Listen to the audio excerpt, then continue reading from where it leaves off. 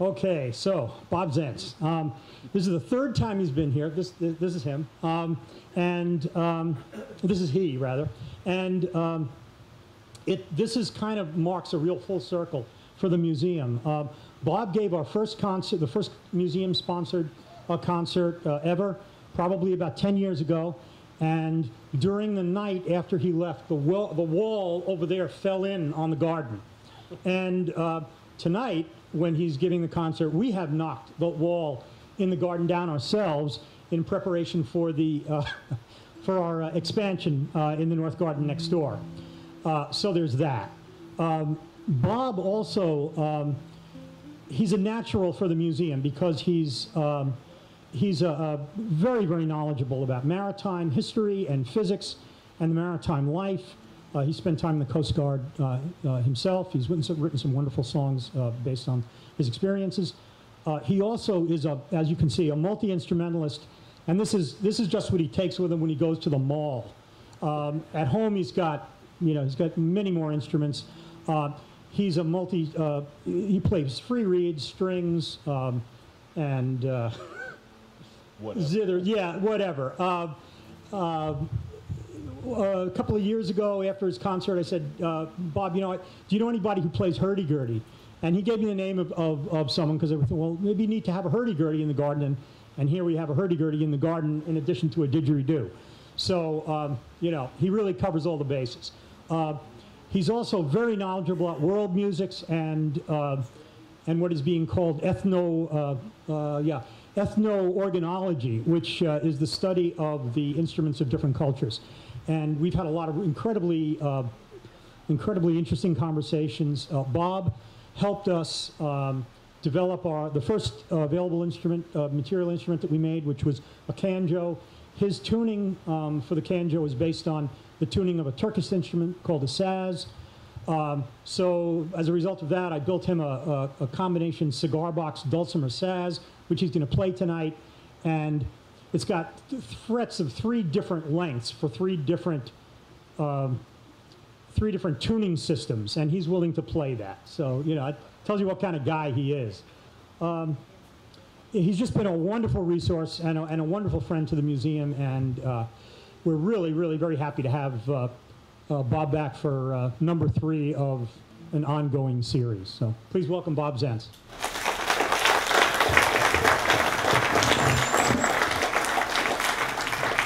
Well, thank you, Tony. After that introduction, I feel like I ought to start with Joshua fit the battle of Jericho, and the walls came tumbling down. But I won't. I'll spare you that. Anyway, nice to be back in Savannah, and nice to not be around rain. We had rain up our way for the past week about. And so it's nice to come down south here where the weather is fine. I'm going to start off with a song written by Ewan MacColl. Ewan MacColl is one of my many heroes, a Scottish songwriter who was married a good long time to Peggy Seeger, Pete's half-sister. And Ewan MacColl worked a bunch doing plays. He was a great collector of traditional music. And he created songs out of different occupations. And he and Peggy at one time working for the BBC, and by the way, he's the guy, if you're trying to grope through your memory and find out if you know any Ewan MacColl songs, he wrote The First Time Ever I Saw Your Face for Peggy Seeger, who, this was in their courting days, and then Roberta Flack had a big hit on that song, so that was probably his biggest royalty check in all time. But he wrote some really great other songs, and this is one of them that talks about the life of a guy named actually Ben Bright. He and Peggy did these what they call radio ballads for the BBC, and in the process they interviewed all these old folks who had actually sailed on ships during the age of sail. And this is just a cracker of a song that has all kinds of nautical vocabulary in it for those of you who have recently read your Patrick O'Brien and Horatio Hornblower books. It's called a shellback song. A shellback was a name given to any sailor who had gone around Cape Horn, which was the southern tip of South America, and who had crossed the equator. So it goes something like this.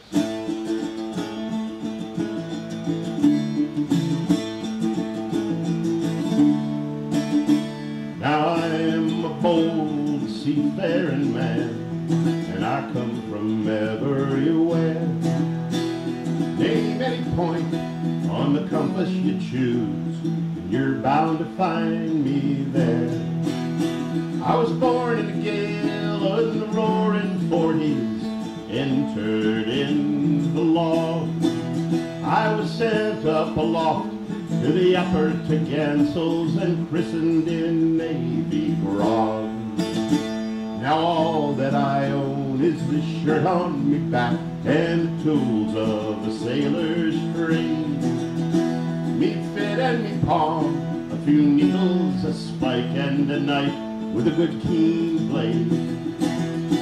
I've a bunk in the forecastle and I've a seat in the galley where I can feed. I've a hook for to hang the old oilskins on. What more does a shellback need? For I've sailed both Atlantics, doubled both capes, more times than I could tell. I stood out to sea in a Parrish-rigged bark, and I froze off Cape Farewell. I've been in the calms and the doldrums where you'd have thought the wind was dead. I've laid to off Cape Horn in a westerly gale that could blow the hair off your head. To the weebly wheat and the maggoty horse I have added my words of abuse. And I've pounded hard biscuit to powder and mixed it with bug fat and jaggery juice. With the galley awash for a week or more, I've gone hungry early and late. I've been fed on pea soup that could stand on the poop deck and scare off a blue-nosed rake. Now I know all the boarding house masters ashore from Cardiff to Tokyo.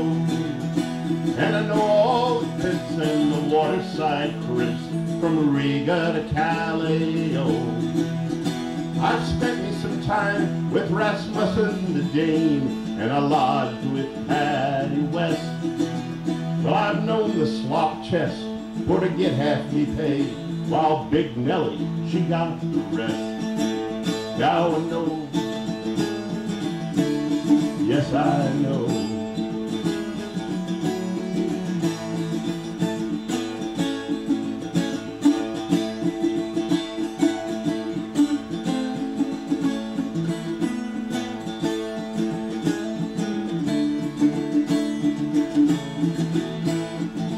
So farewell to all them old square-rigged ships, and goodbye to the days of sail. Farewell, ye Cape Horners, and every tall ship that ever defied a gale. Goodbye to the shellbacks who rode the wind in a world of sea and sky. Now your roving is over, your seafaring's ended, you mariners all, goodbye. Now your roving is over, your seafaring's ended, you mariners all, goodbye.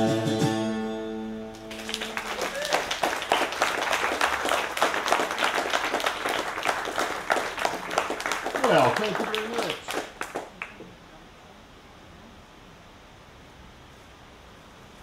Now, this is a little squeeze box called the Concertina. This particular one was made in 1887 by a fellow by the name of Lachenal, who was the foreman to Sir Charles Wheatstone, famous electronics inventor, and who created the Wheatstone Bridge. And many folks have been trying to cross that bridge for many a day. But Wheatstone invented the concertina, and also had something to do with the invention of the typewriter, which is kind of interesting because he was into button pushing, and that's what this instrument is kind of all about. This is a poem by a wonderful English nautical maritime type poet from the Victorian era, by the name of C. Fox Smith. And we'll tell you a bit about C. Fox Smith a little bit later, but it's a song about this instrument and what this instrument, the comfort that it gave to the sailors on the old sailing ships. And like that first song, it talks a bit about the passing of the age of the sail of the great sailing ships. And those ships were magnificent tributes to the ingenuity of humankind, the way they learned to ride the wind and ride the waves. And I think that a lot of our wonderful museums, like the Ships of the Sea, the Mariners Museum up in Newport News, and a lot of the current use of tall ships by different countries as training ships for their crews, officers, merchant and Navy, attest to the fact that there is a lot more to be learned by being out in the element, feeling the wind, learning what the clouds would portend, than there is sitting behind a computer screen or a radar screen. There's a lot to be learned there. And so those of us nostalgists in the world look back on the passing of that era as a great loss, but a lot of people have afforded its comeback because they realized what would be missing if it didn't exist. So support your tall ships and those who support them.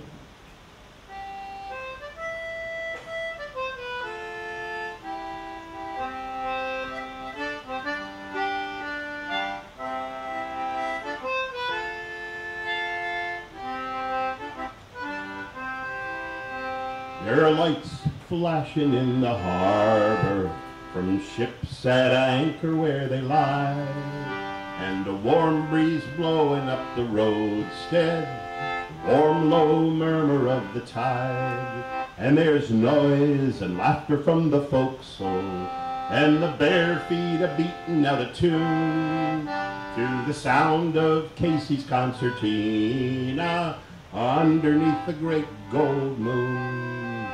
Underneath the great gold moon, my boys, underneath the great gold moon, that leaky old creaky concertina, underneath the great gold moon. You can help on that part if you want. Underneath the great gold moon, my boys, try it.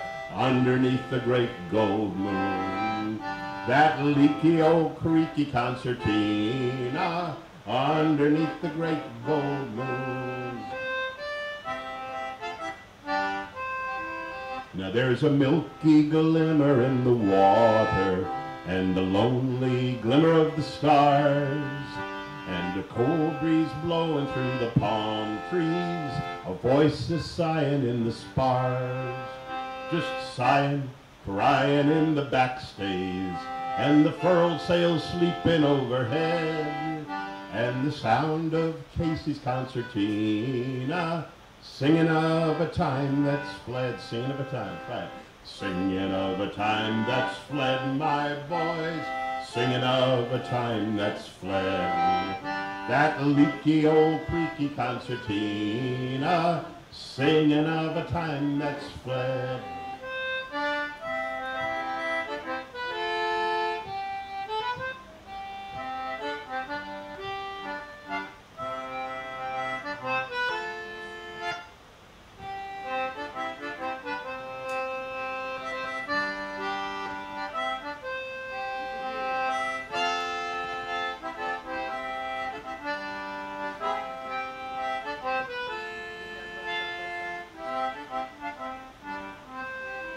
Now there are lights a-flashing in the harbor from ships at anchor where they lie, and a warm breeze blowing up the roadstead, the warm low murmur of the tide, and there's noise and laughter from the forecastle, and the bare feet beating out a tune to the sound of Casey's concertina underneath the great gold moon.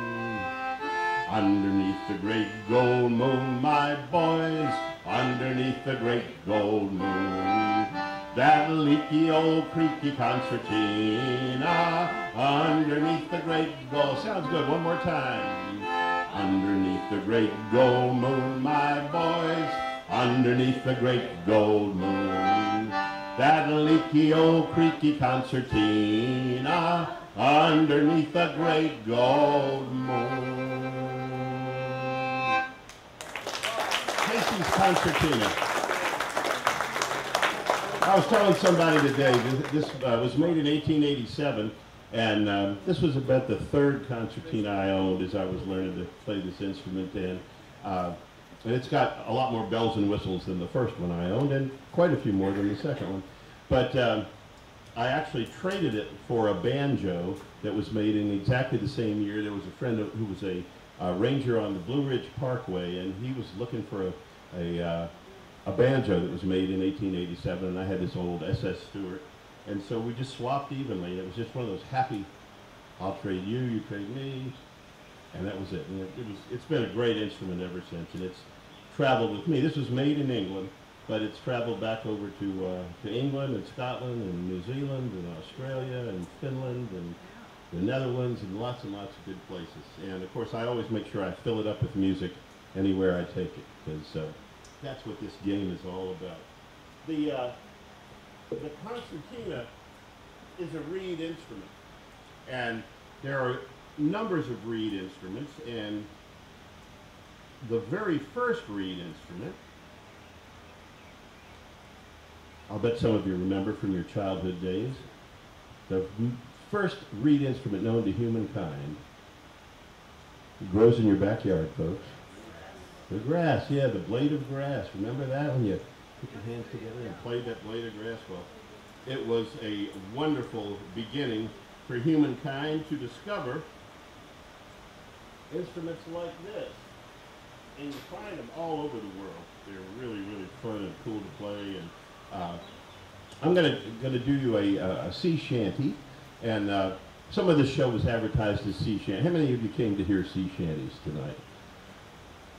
Okay. How many of you came to hear Jimmy Buffett tunes tonight? Okay. Well, the chances of you hearing a sea shanty are probably a lot greater than hearing a Buffett tune. But this little instrument my grandfather taught me how to play, and he was a cracker of a Jew's harp player in his day.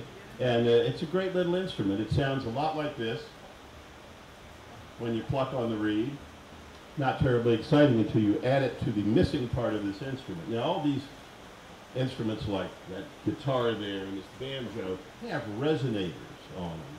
They have something that throws the sound out. But this poor guy doesn't have a resonator until you add it to a large, hollow, empty space, your head. And then it sounds, instead of like this, it sounds like this. And that's the vibration of the reed. Now, what makes it actually change pitch, because most of you know that you can't get far playing music with only one note, right? To change the note, what you have to do is you have to change your mind, folks. And what you're going to do is you're going to change the shape of your mouth. So remember your vowels? Do you remember your vowels back there? You know them. Let's all say them. A, E, I, O, U. Now, if I were to put my mouth in those shapes when I plunk on this harp, it would sound like this.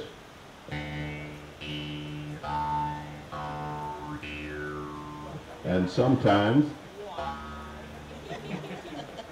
but you can actually get some good music on it. Now, sailors had their own language for things. They never called a piece of rope a piece of rope. They called it line, right? And sailors never pushed on anything. They would heave, okay? And sailors never pulled on anything. They would haul. So let's take your favorite arm and hold it up. Many of you can't decide which is your favorite, but it doesn't really matter. And if that one gets tired in the midst of this exercise, this is aerobic shanty 101. Then repeat after me: heave away, haul away. Okay, you think you got that part? Yeah, then it gets difficult after that, because I sing another line and you go, we're bound away for Australia. Try that. We're bound away for Australia. Oh, that was good. This is a good shanty team here. Okay, now, the point where we clap our hands, this is when the guys, well, the way this shanty works is that on the ships they had a mast that would stick up like this. across the mast were the yards, and the yards was what held the sail. Lower yards stayed pretty much in the same place, but upper yards had to be raised up. So the sailors would line up along the deck, and they would haul on a line, or pull on a rope, depending on whether they were landsmen or real sailors. And they would do this to the rhythm of a shanty. And so that meant that when it came time to pull, everybody took the cue and pulled at the same exact time. So let's try this. When we clap our hands, that'll be the point where they would pull on this line. So if you want to get primitive about it, you could give it the old at the same time that you're clapping your hands. Okay, but that takes a lot of work. So anyway, this is a song that also will teach you the at least a dozen ways that you can recycle the parts of a codfish, should you ever need to know this. Okay, it goes like this.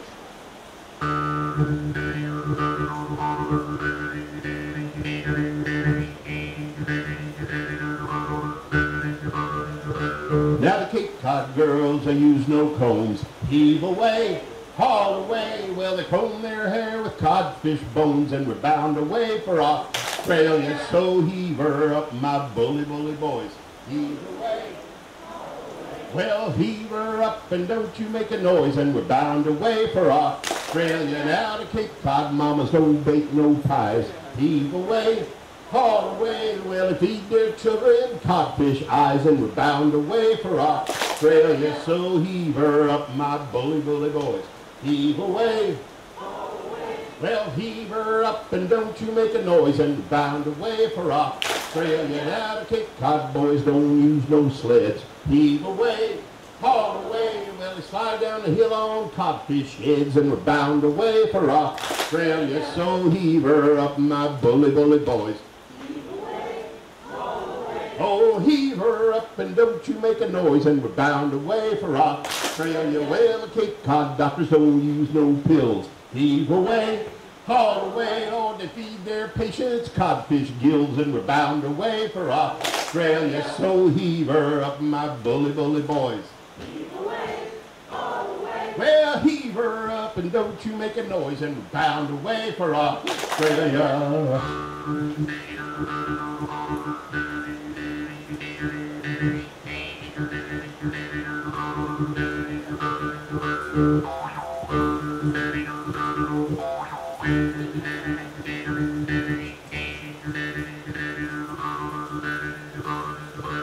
Now Cape Cod grannies don't wear no slippers. Heave away, haul away. Well, they stick their feet in codfish flippers, and we're bound away for Australia. So heave her up, my bully, bully boys. Heave away, haul away. Well, heave her up and don't you make a noise, and we're bound away for Australia. Cape Cod puppies ain't got no tails. Heave away, haul away. Lord, they lost them all in those northeast gales, and we're bound away for Australia. So heave her up, my bully, bully boys. Heave away, haul away. Oh, heave her up and don't you make a noise, and we're bound away for Australia. And we're bound away for Australia. And we're bound away for Australia.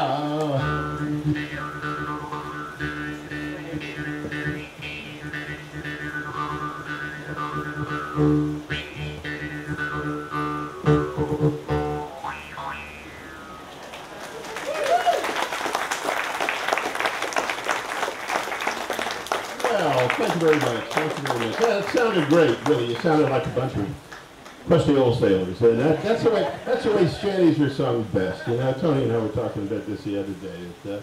You know, nobody's ever going to find an album called "The Three Tenors Go to Sea," or "The Mormon Tabernacle Choir Sings Oscar Brand." That's not going to happen. But the shanty songs are just, and they kept people going. They kept them working.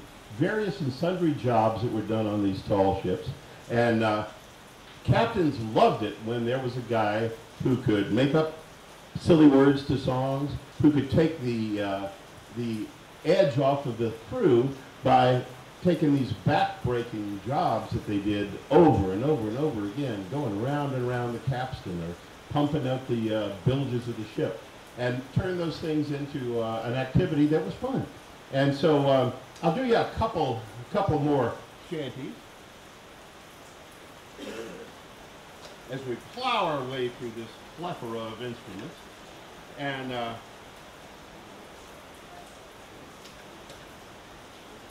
the first one was used for furling sail. Now, these guys would climb up the mast and out onto the yards on little foot ropes that hung underneath the yards, and they would line up and bend their bodies over the yard, their feet just balanced on these foot ropes, and then they would start pulling up the sail, and then they would tie the sail in so that it didn't come down. And that's when the ship was going into port. And they called these, by the way, it's not really raining. This is a special effect to give you the feeling that we're out to sea in a squall, so don't let it bother you at all. We've gone to no great expense to provide this kind of ambiance. So, we may get to some of the pumping shanties a little bit later on in the evening, however. Just keep an eye on your shoes and your socks. This first song is called Hangin' Johnny, and it goes back to the days in England when Punch and Judy was a very popular children's entertainment. And one of the characters in the Punch and Judy was the hangman. And so these guys would sort of make fun of each other. And it's a song that tends to sound a little violent, but it's really not talking about violence whatsoever. It's really talking about these guys out on the foot ropes swinging from the yards, okay?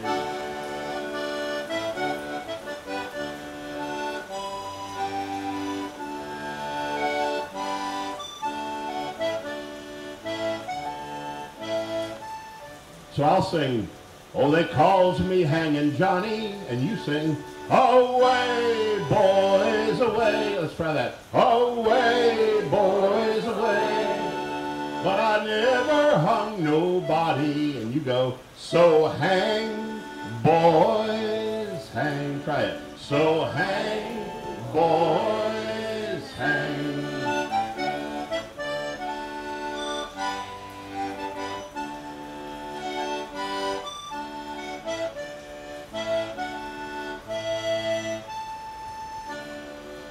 Well, they says I hung me granny, away, boys, away, that I hung her up so canny, so hang, boys, hang. Ah, they says I hung me mother, away, boys, away, me sister and me brother, come on now, so hang, boys, hang.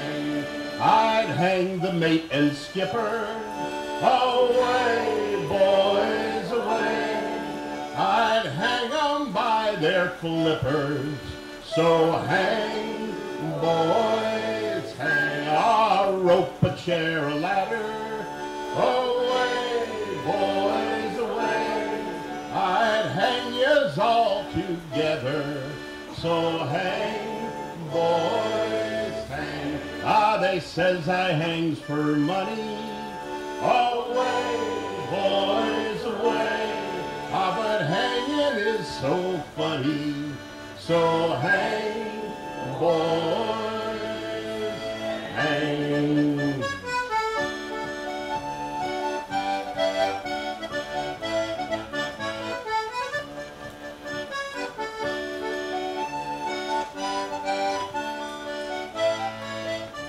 Tis advertised in Boston, New York, and Buffalo, 100 brave Americans a whaling for to go, singing, blow ye winds in the morning and blow ye winds high-ho.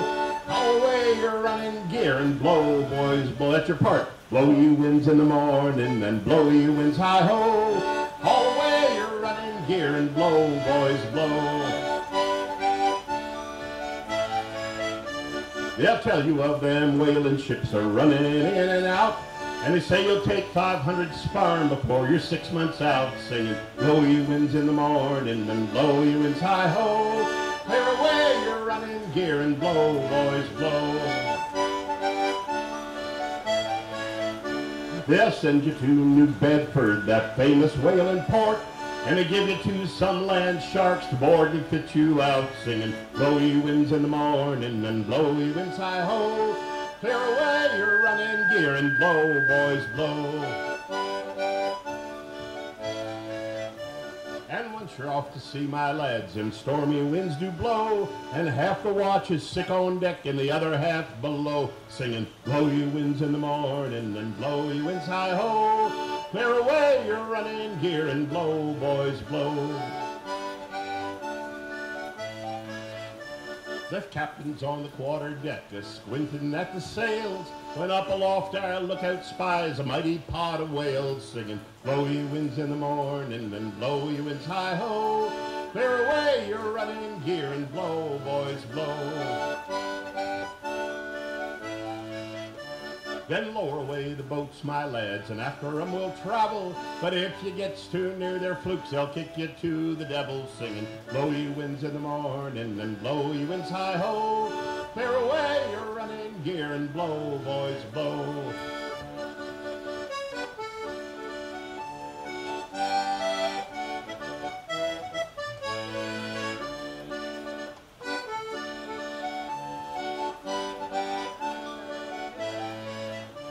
And once the whale is ours, my boys, will bring 'em alongside, then over with our blubber hooks to rob 'em of his hide, singing blowy winds in the morning and blowy winds hi-ho. Clear away your running gear and blow, boys, blow.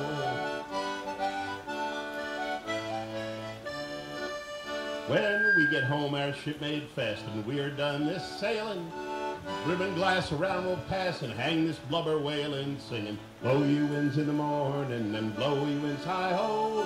Clear away your running gear and blow, boys, blow. Clear away your running gear and blow, boys, blow.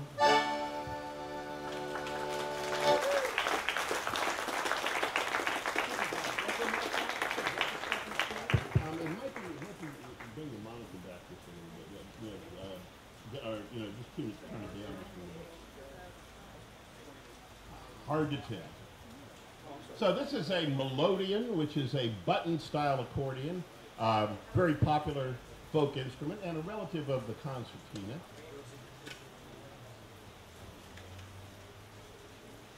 Well, speaking of whales, we were singing of whales.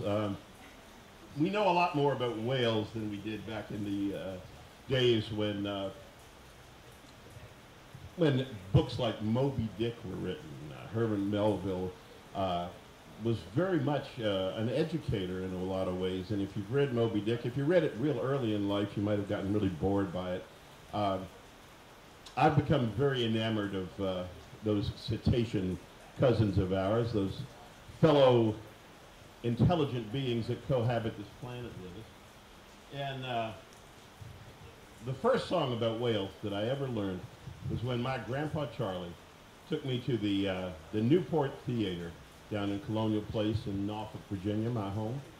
And 1958, I believe, was the year. And for this, I'm going to play Tony's gift to me. Just about a week ago I got this, and this is a cigar box guitar. Now, in this particular movie, the star of the movie played an instrument that was a 4-string instrument made out of a turtle shell, and serenaded a seal by the name of Snoopy. And so search your memory banks and see if you realize what movie we're speaking of here. I'll give you a clue. The author of the book from which this movie was made was Jules Verne.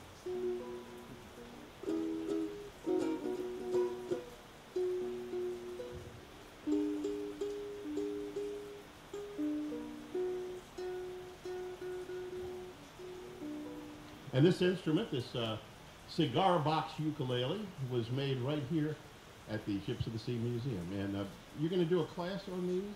Yeah, and it's going to be the Yucca-Palooka, and you're going to be the Lord High Palooka in maybe about 2 years when we start in. Yeah, you're debuting this tonight, believe it or not.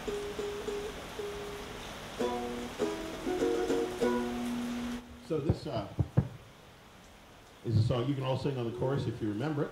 but try to think about what the movie was and who the actor was who sang this song in the movie, okay? Goes like this. Got a whale of a tale to tell you lads, a whale of a tale or two, fed a flopping fish and the gals I've loved on nights like this with the moon above. A whale of a tale and it's all true, I swear by my tattoo. There was Mermaid Minnie, met her off the coast of Java. When we kissed I bubbled up like molten lava. Then one evening her flame of love blew out. Well, blow me down and pick me up, she swapped me for a trout. Got a whale of a tale to tell you lads, whale of a tale or two, fed a flopping fish and the gals I've loved on nights like this with the moon above. A whale of a tale and it's all true, I swear by my tattoo. There was Typhoon Tessie, I met her down in Madagascar. She would kiss me anytime that I would ask her. Then she gave me the scare of my young life. Well, blow me down and pick me up, she was the skipper's wife.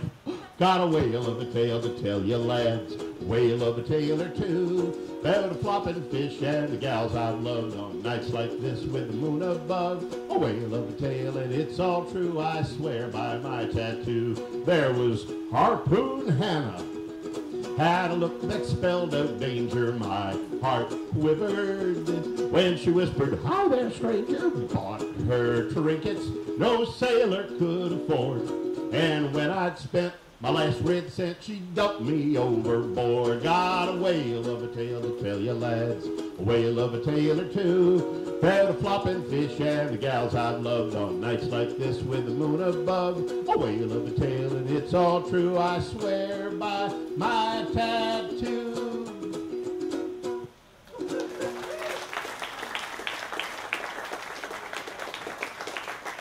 So who remembers? What was the movie? Who knows? Kirk Douglas, 20,000 Leagues Under the Sea, Walt Disney. Kirk Douglas played it, and it was 20,000 Leagues Under the Sea. A big round of applause for our nostalgist. And still a good movie. If you haven't seen it or haven't seen it recently, go ahead and rent it. Can you still rent it? Oh, now you can't rent movies anymore because all the movie rental places are closed. But you can possibly order it from Netflix. Check it out at your public library. That's a good place to support. That's a place that has like books. You maybe remember books. They're kind of like Kindle but different. You know, you can actually hold them and turn the pages. And anyway, speaking of books, I love books. Books are good, and instruments are fun. Instruments are nice friends to have, whether you want to play in public or you want to play in private, it matters not. They're great. Great instruments are just good friends to have. You know, I think since we were talking about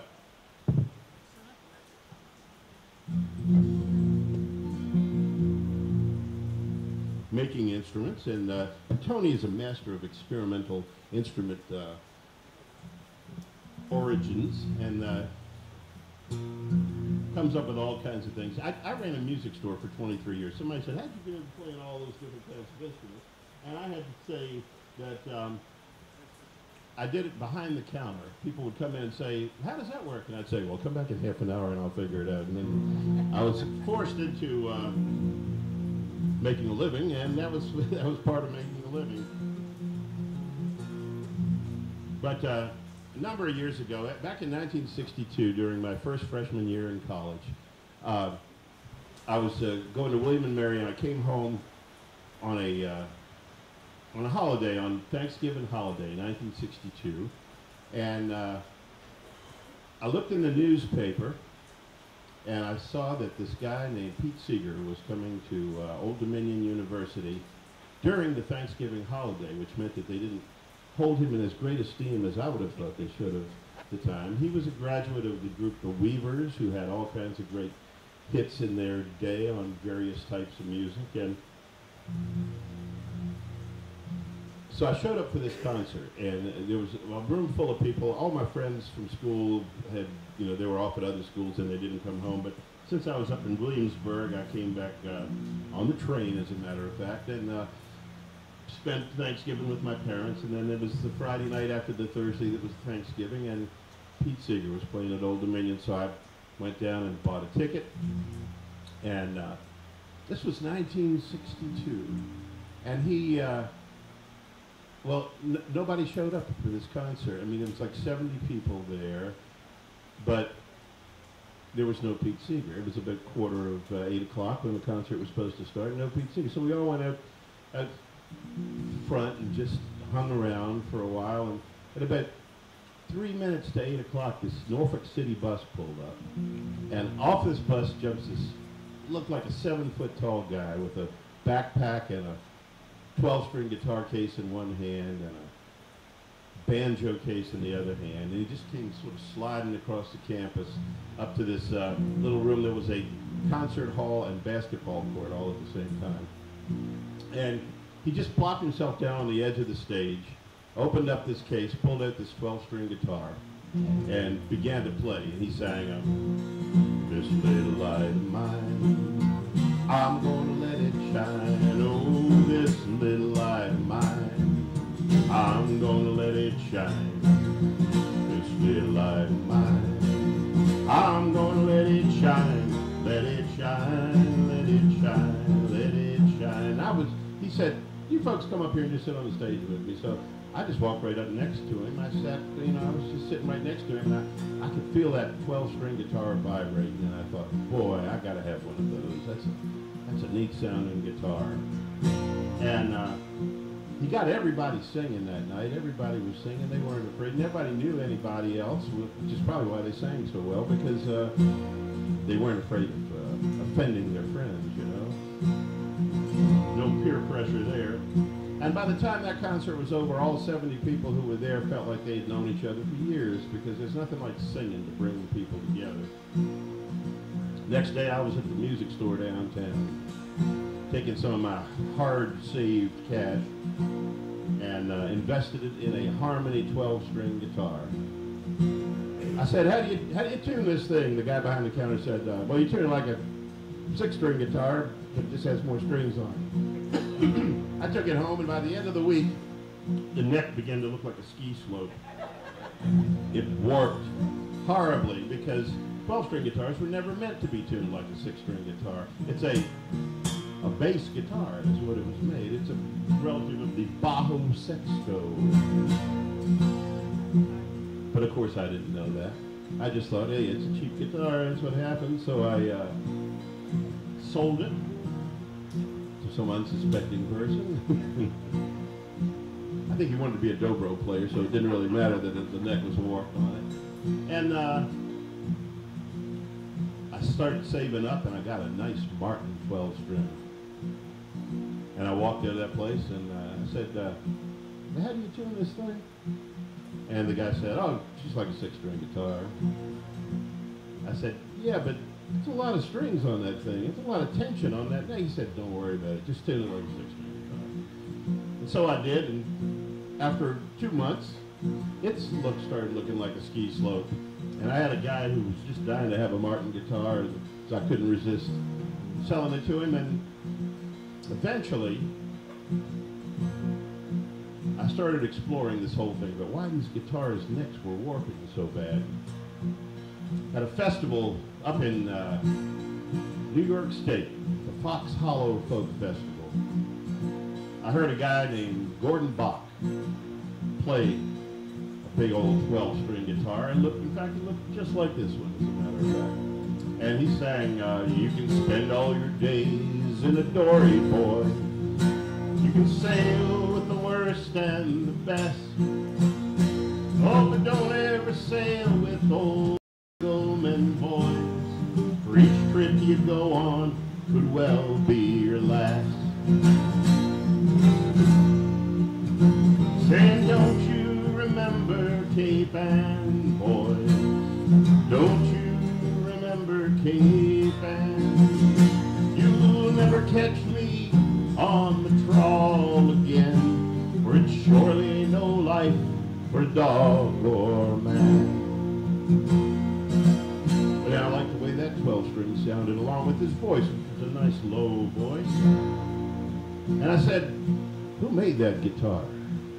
Gordon said, well, a friend, Nick Apollonio, from up in Rockport, Maine.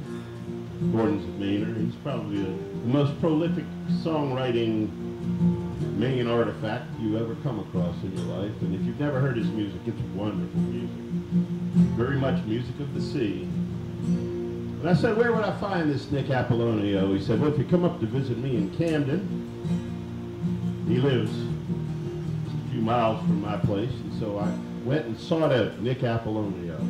Walked into this very friendly room that had instruments hanging all over the walls.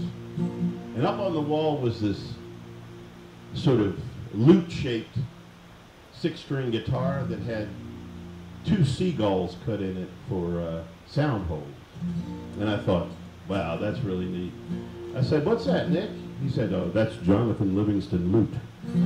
And for very little loot, I walked out of his shop that day with that instrument, and I still have it hanging on my wall.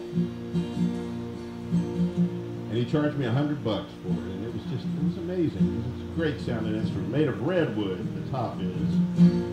Well, during that time, I had opened a music store right across from Old Dominion University, and I was selling guitars to people, and people were coming in and saying, well, why does that one cost $100 and that one cost $1,000? And I really wanted to understand the answer to that question. So I called Nick, who was then teaching up in Maine, a class called the Maine Guitar Makers School, and I said, Nick, what would it take to get you to come down to Virginia and teach that class in the repair room, the back room of our shop? And he said, well, it would take the month of January, and that would get me out of Maine like anything. So that January, he came down, and there were 8 of us in the class, 4 in the morning class and 4 in the evening class, and we built these guitars. This very guitar, the only guitar I ever built in life. But he taught us what we needed to know. And so this is a song that I wrote after many years of cogitating over all of this.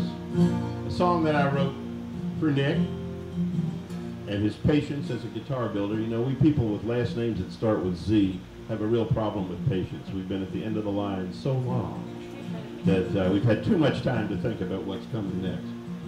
And so one day in the music store, I waited on a young sailor who came in, and he said, I want to know everything there is about guitar. So I sat down with him, and 3 hours later, this guy was more confused than any person I've ever seen in my life. You know that overkill salesmen give you sometimes where they want to tell you all they know, you know?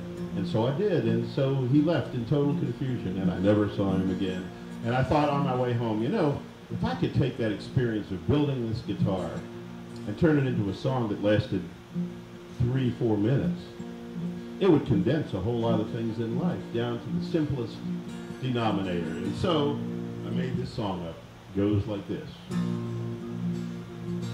Well, Mickey came from the coast of Maine back in the good old days, when we had more time, when the lyrics rhymed, when we longed for the minstrel's ways. And he taught us how to shape the wood, the art of lutherie, how to use the tools that make the tools that set the music free. And it's saw and sand, fret and file till the wee hours of the dawn. While the glue dried, we played music to fill the wood with song.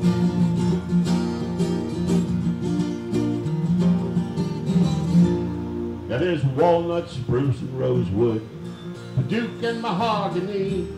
You know, some of it's hard and some of it's soft, but all of it grows on trees. And we cut it down and we bent it around and we made it fit the mold.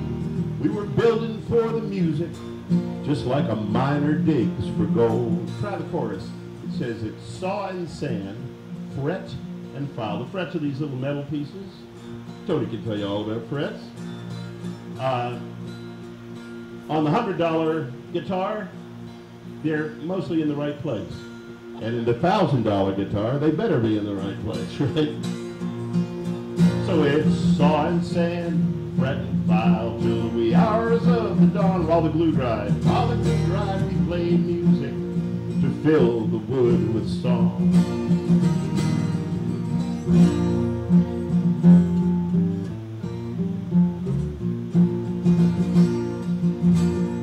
Well, the hours and the weeks passed by, and the sawdust really flew, and I learned the patience that's required to see the good jobs through.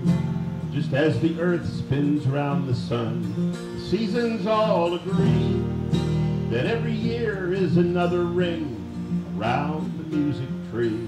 And it's saw and sand, fret and file, till the wee hours of the dawn. While the glue dried, we played music to fill the wood with song.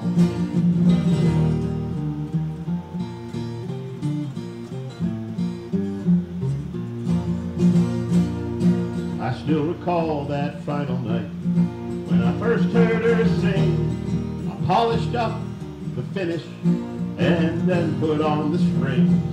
Well, I picked her up, I tuned her up, as proud as I could be. And you know, time, it is the magic that sets the music free.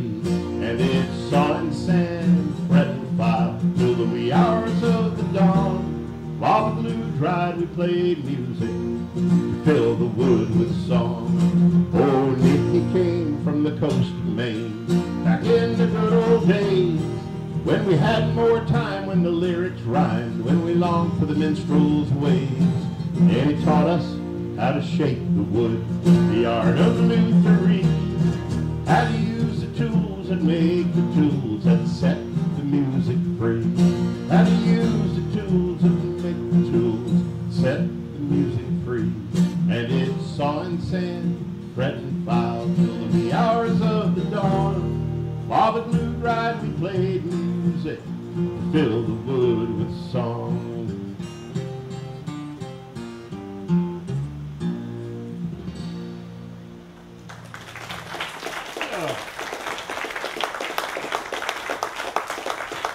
Funny thing is, I've never been able to play that song on any other guitar but this one. It just doesn't work on any other. And that was made in 1976, and so it strongly attests to the teaching powers and prowess of Nick Apollonio from Rockport, Maine. And you can actually look at his instruments. I think they're called Apollo guitars. And he's just a very, very great and amiable person, a great player. And so that song is for him and also for Elmer, because, you know, Elmer holds it all together, right? So, and knock on wood, it's still in one piece.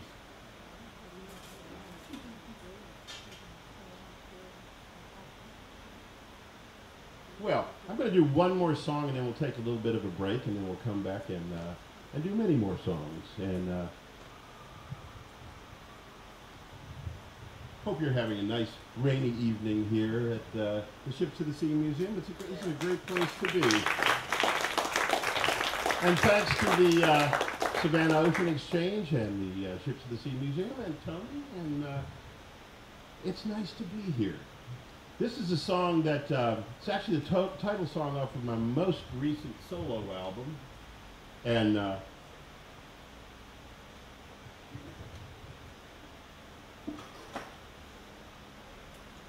we'll do this one on the autoharp. As I told folks this afternoon, it's nothing more than a zither with automatic transmission, folks. So not to be afeard of it. An instrument actually made by a fellow named Charles Zimmerman, who, well, Charles Zimmerman was a bit of an experimenter, but he also was having trouble playing the zither, which is like this instrument here without the automatic transmission section. So that's why I like to call it a zither with automatic transmission, because he put this on, has these little felt pads on it, and when you press down the bar, the felt pad damps out the strings that you don't want, and if it's in tune, which we're going to find out any moment now, then you just get the strings that you do want, and you get to enjoy them. Somebody asked me if I grew up in Norfolk, and I had to tell them not yet, but I've been trying for years. Actually, I've given up on the whole thing. But when I was a kid, my parents used to take me to a little place called the Susan Constant Shrine. It's a little part of a little peninsula that sticks out into the Chesapeake Bay that was formed by one of the many hurricanes that have plagued our coast up that way. And it has these great gnarly old looking trees, just these wonderful old trees there. And the Chesapeake Bay is usually fairly calm. So as a kid, I used to enjoy sort of standing at the edge of the water and watching the sand and the water around my feet. And I was fascinated with staring out at the water and seeing ships getting smaller and smaller and smaller, and then poof, they were gone. And one day I said to my mother, I was standing there holding her hand, and I said, "Mom, what happens when those ships get smaller and smaller and smaller, and then poof, they're gone?" And she looked down at me with the eyes of a well-read woman of the 1950s who had understood child care and psychology, and she said, "Bob, they fall off the edge and they're eaten by the monsters." And I learned a lot about geography and my mother's sense of humor all at once. And so continued to be fascinated by this phenomenon, which is known to us all as the horizon. And the horizon is just a fascinating thing. And thanks to a wonderful grant from the U.S. Coast Guard much later on in my life, I was able to study the horizon from all 360 degrees, and decided that it was pretty much the same. But for us only children, it gave you the feeling you were the center of the universe, you know, just to be totally surrounded by 360 degrees of horizon. And then all of a sudden, this little voice in the back of my head, which sounded a lot like Bill Cosby, saying, "How long can you tread water?" And then the humbling aspect of it came about. But anyway, I think our lives are filled in many ways with many different kinds of horizons, and that's what this song is about. And I'll leave you with this song for the end of this first set. We do have refreshment back in the corner there. I did bring the Bob Zanz Rambling CD Boutique along, so that if any of you like these songs or like the different instruments and so on, you know, feel free to take me home. And believe me, as Tony can attest, those CDs, taking those CDs home is a lot cheaper than feeding me. So anyway, this is called Horizons, and it's for all of you who enjoy the water, and goes like this.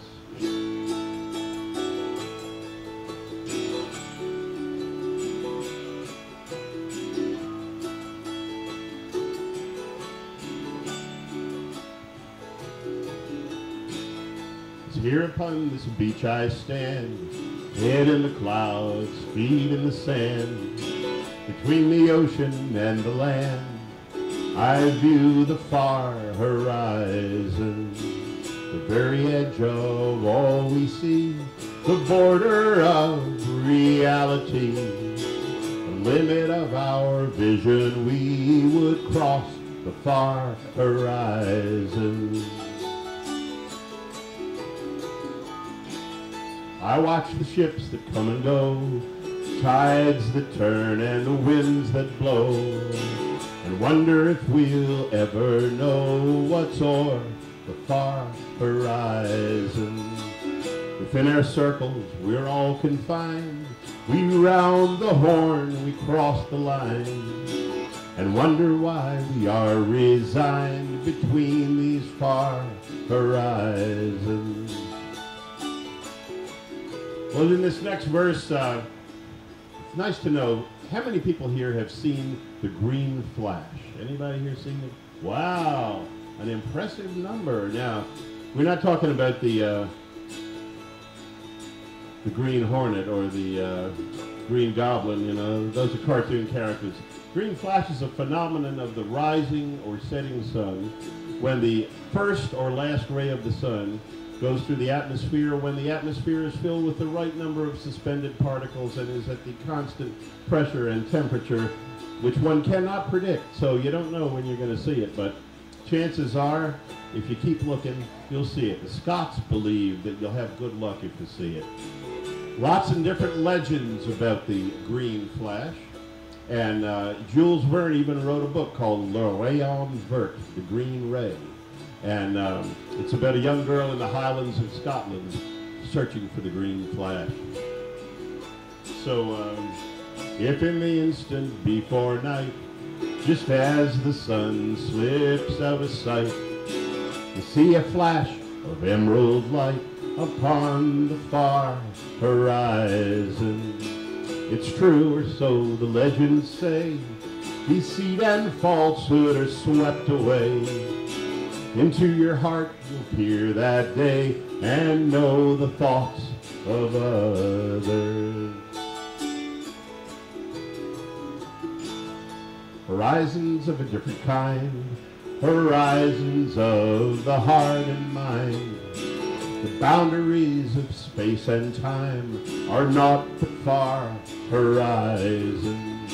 And if indeed we dreamers be, it is our dreams that set us free. Give us sight that we may see beyond the far horizon.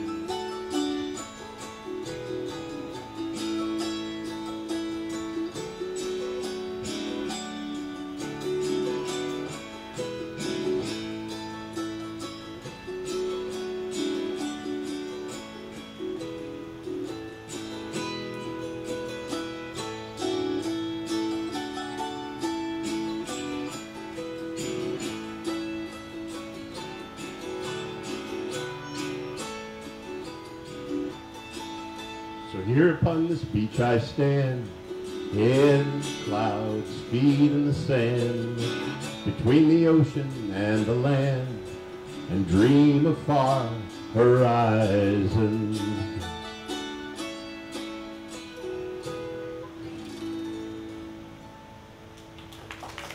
Thank you. A bit of a break, and we'll resume in 15 minutes, something like that. So, anyway, talk to your neighbor. You've been singing with them. You might as well say, hi, how are you? Nice voice. Hey, they always like that kind of thing. All right, and if you got any questions about the instruments or whatever, don't be shy. And any requests of songs that I might happen to know, I'll give it my best shot. Some were asking about these different instruments. This is called a melodeon or a button accordion. And as many of you may have figured out, I do come from the area around the Chesapeake Bay. And the environmental situation around the bay is kind of dicey. 3,000 miles of shoreline and a bunch of water trapped in this little compartment. And so we've lost a lot of things. We've lost things like a great oyster industry, which at the time John Smith moved into the Chesapeake Bay and settled in Jamestown. There were enough oysters in the Chesapeake Bay to recycle all the water in the bay in 3 days. And now, even if those oysters work overtime, it would still take probably 3 years or longer for them to recycle. They're filters, little filter systems, and so they keep things healthy, but we didn't know that. And so the big oyster craze of the late 19th century had them just ripping through those oyster beds with boats called pungies and skipjacks, and they didn't know that the oysters, the little spat, the little early oyster, which is free swimming, is looking for a calcium-rich place to land on to be able to reproduce. And so then when they land, they anchor on and they become a reef. And so they didn't know that, so they just dragged these big rakes through there and just tore up all these oyster reefs. It was terrible, especially for those of us who love to eat oysters. But they're coming back, thanks to the Chesapeake Bay Foundation and some good folks with the Virginia Institute of Marine Science who have instituted a whole oyster reclamation going on up there. So anyway, enough preaching. Here's a song about the skipjacks, which are beautiful sailboats that are very much a typical vessel on the Chesapeake Bay. Very steeply raked mast and very shallow bottom so they can get over top of these oyster reefs. But they were the the staple of the oyster industry. At one time, there were over 1,000 skipjacks that were oystering, dredging oysters on the Chesapeake Bay. Now there's less than a dozen that are actually doing that. But it's still being done, and it's one of those grand old traditions and an example of the domino principle. When the oyster starts to disappear, then the boats that are used to catch the oyster start to disappear, and then the people who work on the boats have to go find other jobs and stuff. So this is a song that I made up when the Allegheny Bottling Company donated a skipjack to the city of Norfolk, and I just started hanging out on this boat a bit and just really fell in love with these boats. They used to call them Ladies of the Bay, and it has a chorus for you that I sing a little bit, and you sing, "Last skipjack on the Chesapeake Bay." Try it. "Last skipjack on the Chesapeake Bay." And then I'll sing a little bit more, and you'll go, "Last skipjack on the Chesapeake Bay." And then we get to the chorus that says, "Chesapeake Bay, oh Chesapeake Bay, last skipjack on the Chesapeake Bay."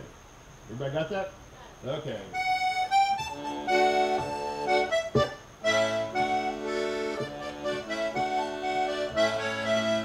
Fell asleep on deck the other night, last skipjack on the Chesapeake Bay, when a ghostly sloop hove into sight.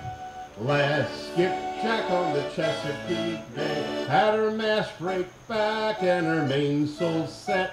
Last skipjack on the Chesapeake Bay, and the name on her trail board I won't forget, said the last skipjack on the Chesapeake Bay. Chesapeake Bay, oh Chesapeake Bay, last skipjack on the Chesapeake Bay. Chesapeake Bay, oh Chesapeake Bay, last skipjack on the Chesapeake Bay. She was broad in the beam with a shallow draft, last skipjack on the Chesapeake Bay, had a trim little push boat hanging aft of the last skipjack on the Chesapeake Bay.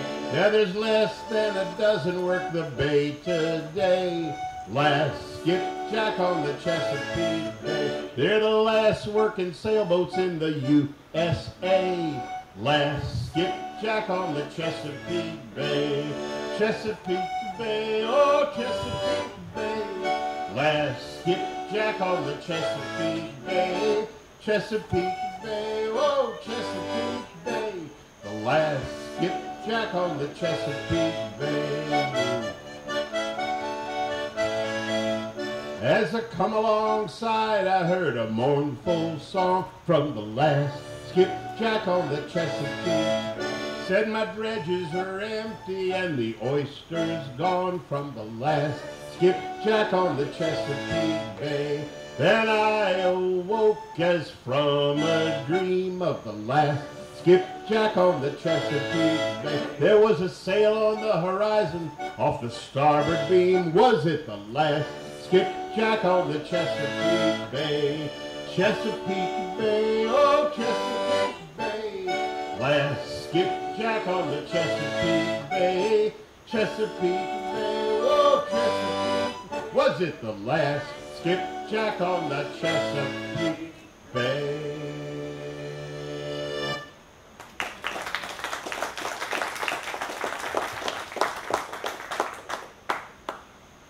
Well, here's one for all you Donovan fans. And if you got the humor of that, then you understood that Donovan, an English singer from the folk scare of the 60s, had a song called "Hurdy-Gurdy Man" that was actually sort of a hit for him, I think. It was to me, it was a sort of a loss because there was no hurdy-gurdy in it. And what a ripoff. Now, many years later, well, actually many years before that, in one of the great maritime movies, the hurdy-gurdy made its kind of, at least movie premiere, and in a movie entitled Captain's Courageous, story by Rudyard Kipling. And anybody know who played the hurdy-gurdy in that movie? Spencer Tracy, doing his best at a Portuguese accent. And but he actually didn't play the hurdy-gurdy in that movie. He turned the crank on it. And there was an orchestra attempting to sound like a hurdy-gurdy would sound in that process, but he wasn't really playing the instrument exactly the same way that Sting, during one of the Grammys, wasn't playing. And I met the guy who actually was playing the hurdy-gurdy when Sting was turning the crank. And also the same guy who had loaned him the hurdy-gurdy that was just had the crank going on it. So the rest of you may be wondering, what the hell is this guy talking about? This is an instrument, a very fascinating instrument that was humankind's first attempt to automate the violin. And so they threw away the bow, they replaced it with the wheel, another great invention. Transportation would not be the same without it. And they got rid of the fingerboard, and they replaced it with a keyboard. And so I always wanted to have an instrument where I could go, he's good, he's good, it's all right, it's all right. So in any case, so what this is an automated violin. And it loves the humidity, I want you to know. So I have to check the tuning on this before I jump in there, because I tuned it an hour ago, but in the world of hurdy-gurdies, that doesn't mean much. Because these are bona fide catgut strings.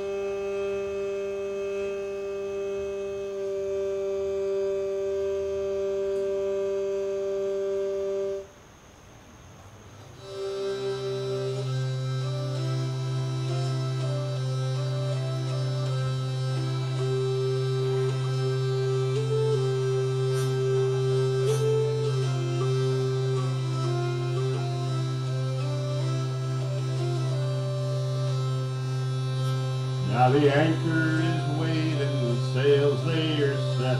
Away, Rio, and the girls that we're leaving we'll never forget. And we're bound for the Rio Grande. And away, Rio, and away, Rio, and the girls that we're leaving we'll never forget, and we're bound for the Rio Grande.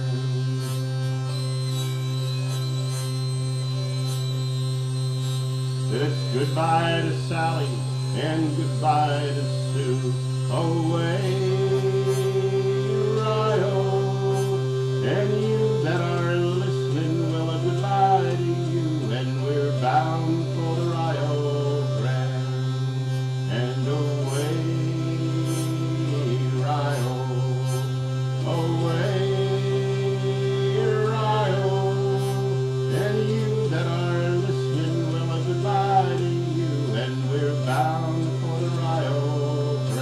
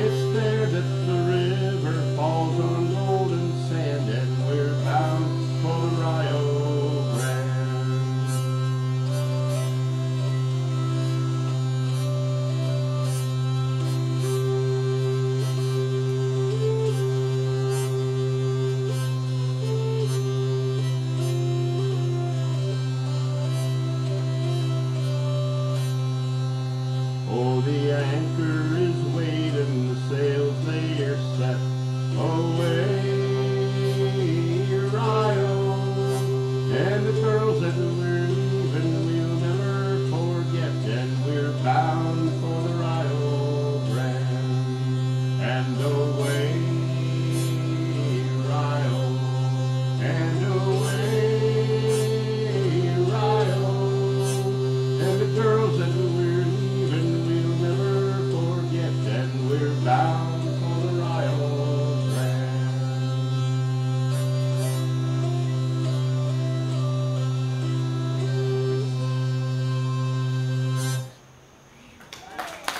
So, that's a hurdy-gurdy. And what instrument does it remind you of? Bagpipe. Bagpipes, the dreaded bagpipes. Yeah, so you know what 100 bagpipe players at the bottom of the sea is? Another good start. Anyway, I always loved the bagpipes, and so it's one of those instruments you either gotta love or not. But let's see where it is now. I'll give you another little medley on here.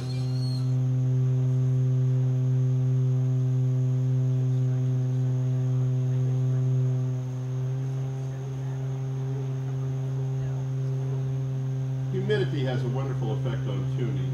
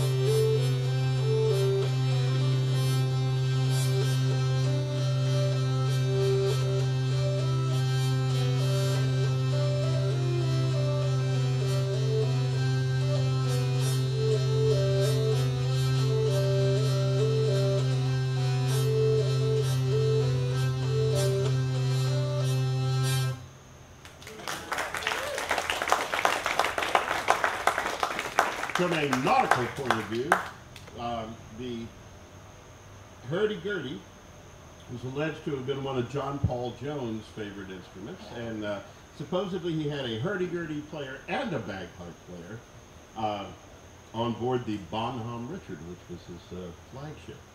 So, good for John Paul.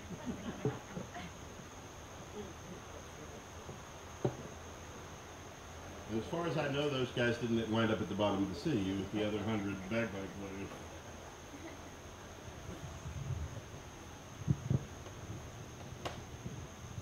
Yeah, if you're interested in any of these instruments, I've got information about them and links to a lot of the makers of these instruments. This was made by Alden and Callie Hackman in California, or not California, but Olympia, Washington, near Seattle. And if you go to bobzantz.com, there's all kinds of stuff. There's lyrics to the songs and lots of other good, useless information that you can pick up on and be a part of. Now, Tony made for me this other instrument, which we sort of collectively decided to call a sassomer because it's very much like a dulcimer that we play in our laps, an instrument that came over here from Europe back in the early days of the pioneers. And so there's a similarity in the tuning to it. I've been experimenting around with different tunings because there's not a whole lot of information around that you can find on things like this. But as part of the great cigar box craze, and evidently I've been staying at Tony's, and I haven't smelled any cigar smoke since I've been over there. But I did it all when I was 6 years old. Oh, okay. Yeah. Anyway, if you've got any a stack of cigar boxes at home that you would like to contribute to the museum, I'm sure Tony would turn them into some bizarre and interesting instruments. So I'm going to just do a little doodle for you on here that I've been playing with. And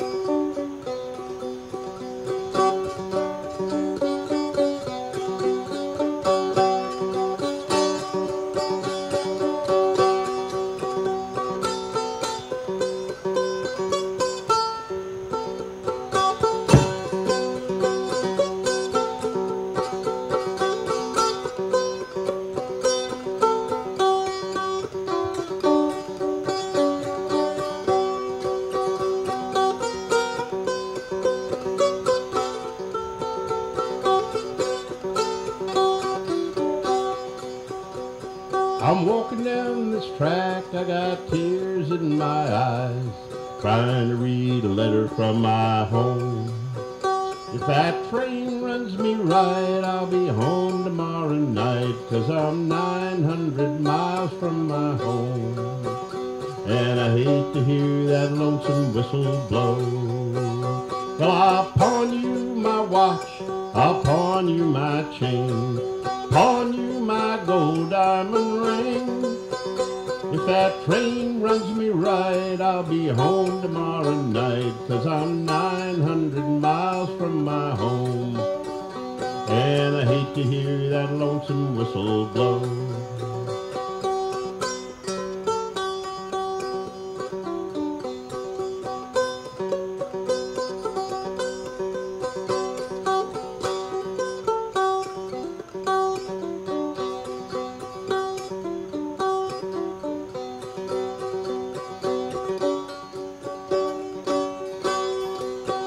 If my baby says so, then I ain't gonna work no more. Gonna lay around her shanty all the time. That train runs me right, I'll be home tomorrow night, 'cause I'm 900 miles from my home. And I hate to hear that lonesome whistle blow. And I hate to hear that lonesome whistle blow.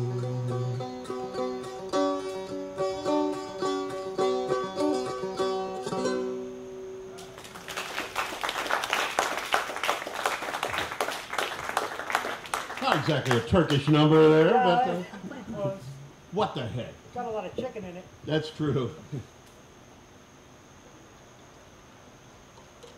Well, back to the exploration of those horizons, folks. And back in the 60s,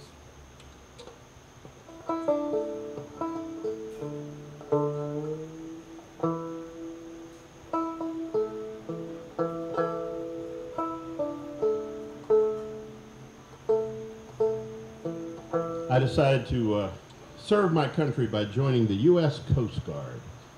Semper Per. Any coasties here tonight? Anybody in the Coast Guard? Well, hey, I appreciate that.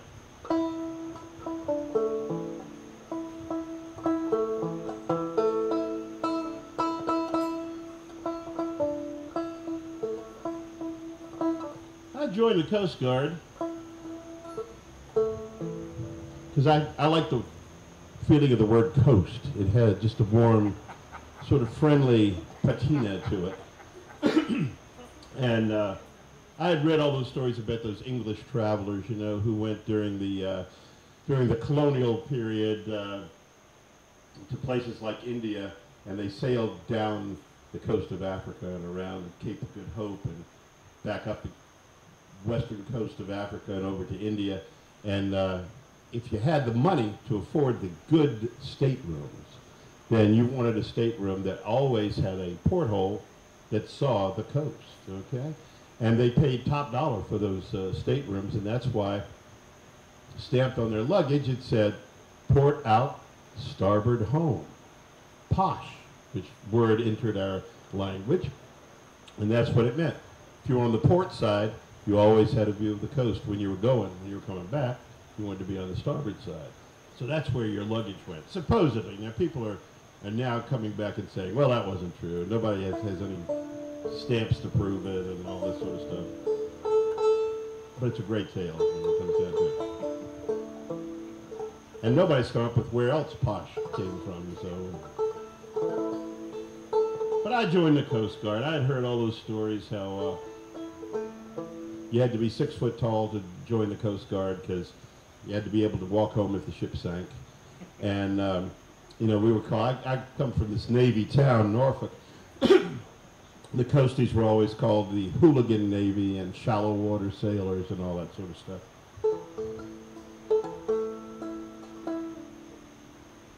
So I went over to the Coast Guard recruiter in Portsmouth who gave me a hearing test. And I thought this was kind of interesting. The hearing test was because they were looking for a few good sonar men. Now, for those of you who aren't hip to sonar, sonar is underwater sound transmission which actually locates objects and tells you how far away they are. Sends out a sound beam, it strikes an object, like that chair for instance. The beam comes back, you count how long it takes for the echo to return, and you know exactly where that chair is.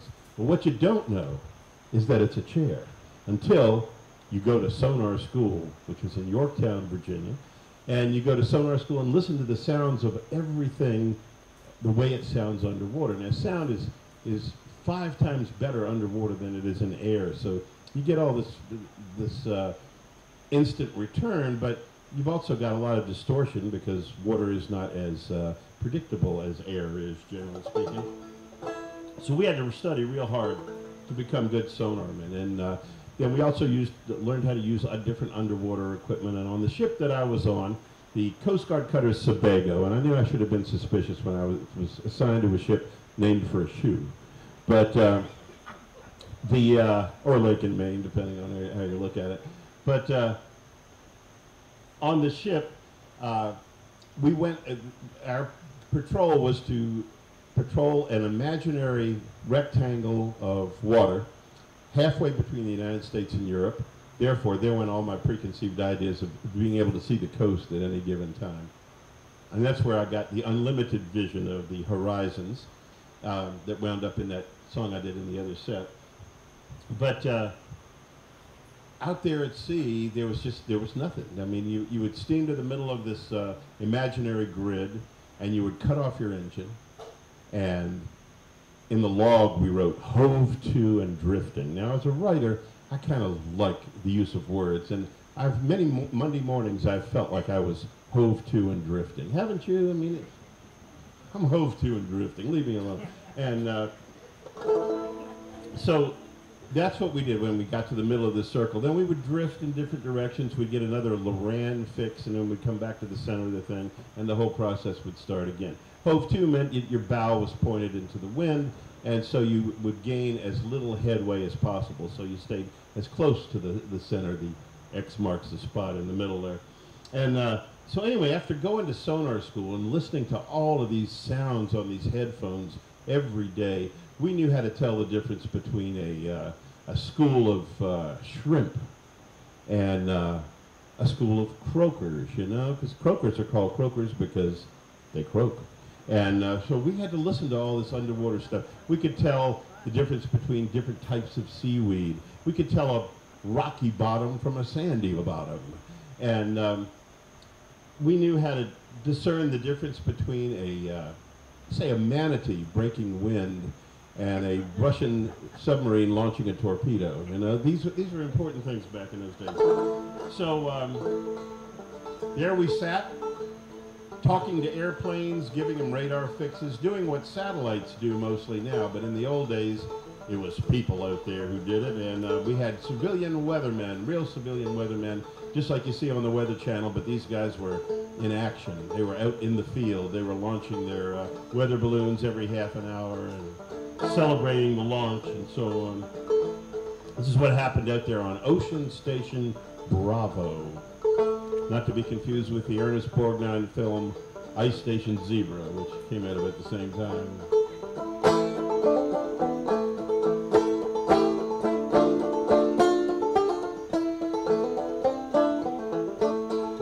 Ocean Station Bravo, North Atlantic Ocean, somewhere south of Greenland, somewhere far from home. Nothing on the radar, nothing on the sonar, hove to and drifting on this ocean all alone.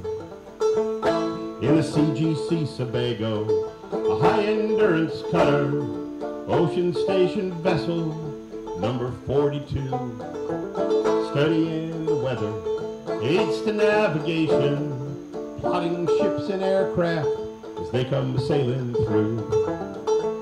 In the middle of the ocean, in the center of the circle, well, there's nothing but horizon, wind and sea and sky.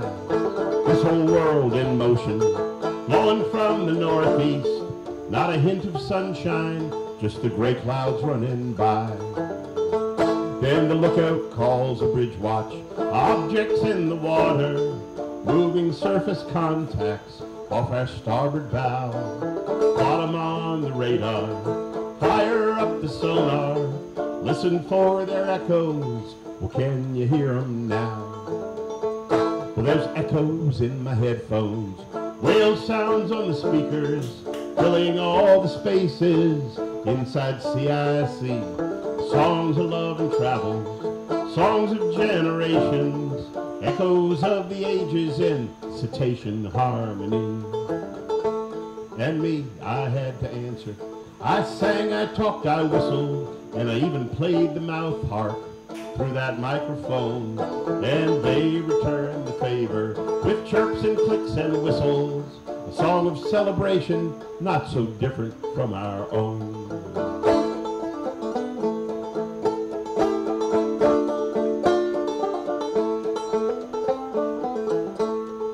Ocean Station Bravo, North Atlantic Ocean, somewhere south of Greenland, somewhere far from home. Nothing on the radar, nothing on the sonar, hove to and drifting.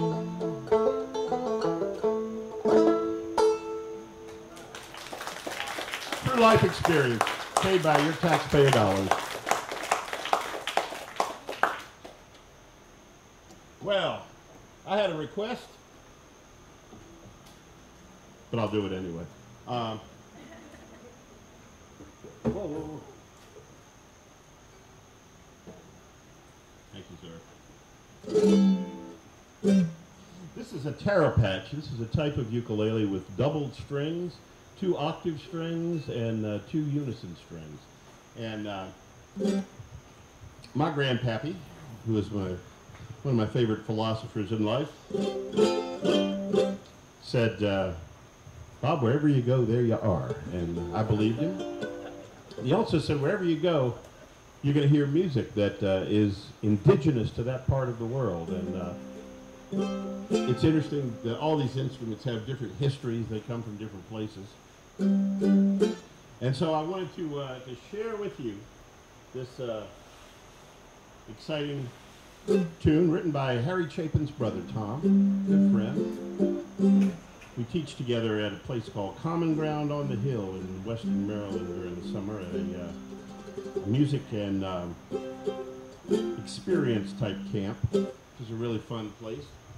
Good for adults and kids. But Tom wrote this song, and it's about an instrument that comes from the land down under, and of course we mean Australia, the land down under, because it's under the equator. I do this song in school programs, and kids say, "Is it underground? Is it underwater?" No, it's under the equator. It's in the southern hemisphere of this planet. And this song asks the question, what is a didgeridoo? What is a didgeridoo? It comes from the land of the kangaroo. But what does a didgeridoo do? What does a didgeridoo? Now that was your part. Okay, let's try it. What is a didgeridoo?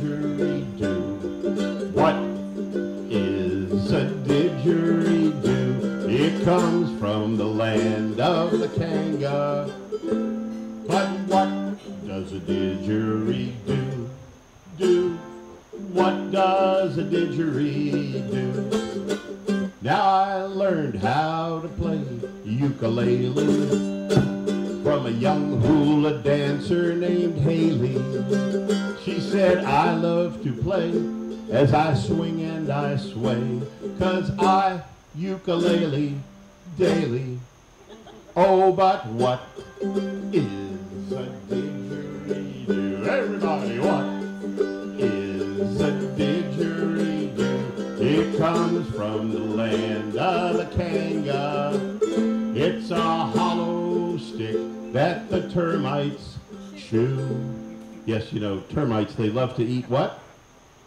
Wood. But they can't stand bright light. And so they'll eat the inside of a tree back in the outback of Australia, and they'll leave the outside of the tree still standing there. So the Aborigines come by with a stick and tap on these hollow trees and find the ones that have the best tone to build this instrument called the didgeridoo. But going way back in Australian history to the dream time, to the time of creation as seen by the people of Australia, a great leader arose of those people called Yadaki. Everybody say that name. Yadaki. And don't forget that name. That's important. And Yadaki, like so many leaders, became oppressed with all the responsibility of leadership that he had. And unlike most of our leaders today, he knew that what you needed to do when you were oppressed by responsibility was go for a good, long walk. And so he began to walk. He walked for days and weeks and months through the outback of Australia, which is not a steakhouse, but is the great Australian wilderness. And he walked until his feet got sore, and he thought to himself, you know, what I need for this walking is a good walking stick. Well, he looked around on the ground, and he saw a piece of wood that looked about the right size, but he knew it was eucalyptus, and that was very, very dense wood. And he thought, this piece of wood's going to be definitely too heavy. But he picked it up, and do you think it was too heavy? No, it wasn't too heavy. And why do you think it wasn't too heavy? The termites had been at it. Well, he didn't know that, so he picked up that piece of wood and looked inside of it, and he saw billions and billions of big fat termites going, oh, I can't believe I ate the whole thing. Well, at this point, he didn't like the idea of all those termites inside of his walking stick, so he puckered up And he held this stick up to the sky, and he blew as hard as he could.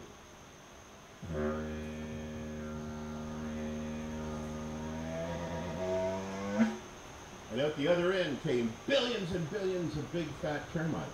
And they went up in the sky. He blew so hard and became the stars. And in Australia, they say that the sound of the didgeridoo is the sound of the stars being created. So when we say, what is a didgeridoo? Come on. What is a didgeridoo? It comes from the land of the kanga. It's a hollow stick that the termites made of eucalyptus or bamboo. But what does a didgeridoo do? What does a didgeridoo? Now I learned how to play the bouzouki from a Greek with a sweet tooth named Mookie. He said, I can play neat and play so complete if you give me a chocolate chip cookie. Oh, but what is a didgeridoo? What is a didgeridoo? It comes from the land of the kanga. It's a hollow stick that those termites chew, made of eucalyptus or bamboo. But what does a didgeridoo do? What does a didgeridoo? Now a Caribbean captain named Mongo played sail-away tunes on his bongo. He said I could stay, oh, and play, oh, all day, oh. But me banana boat is leaving so long ago. Oh, but what is a didgeridoo? What is a didgeridoo? Well, you pucker and blow, and the sucker will buzz till it sounds like it's filled with carpet fuzz. It's the weirdest sound that ever there was, and that's what a didgeridoo does. That's what a didgeridoo does do.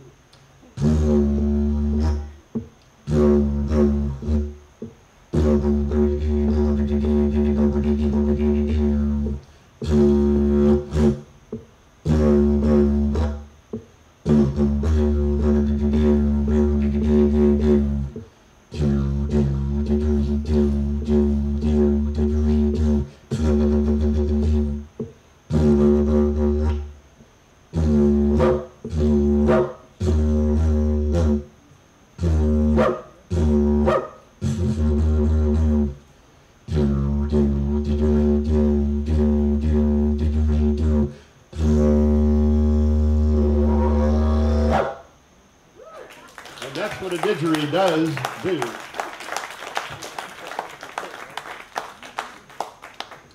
Wow, what fun. Well, if we have sailors here tonight, who's a sailor in the crowd? Okay. Well, we're going to sing you a song from sailors. And this is another of those poems by C. Fox Smith.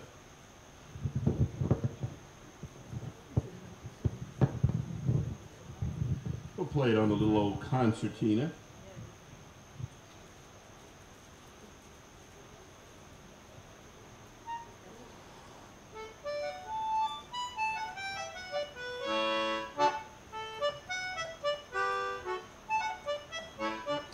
If you sing a part, a sailor's life's a dog's life, that'll be your part of the song, okay? A sailor's life's a dog's life, and that's the truth, says Bill. A sailor's life's a dog's life, look at it how you will. You break your back a-working for half a coolie's pay. A sailor's life's a dog's life, look at it how you may. There's mates to kick and haze ya, and you dursn't hit 'em back. There's cold to freeze your innards and heat to burn you black. Salt junk as tough as green heart, and weevils in your bread, and fist in frozen canvas till you're wishing you was dead.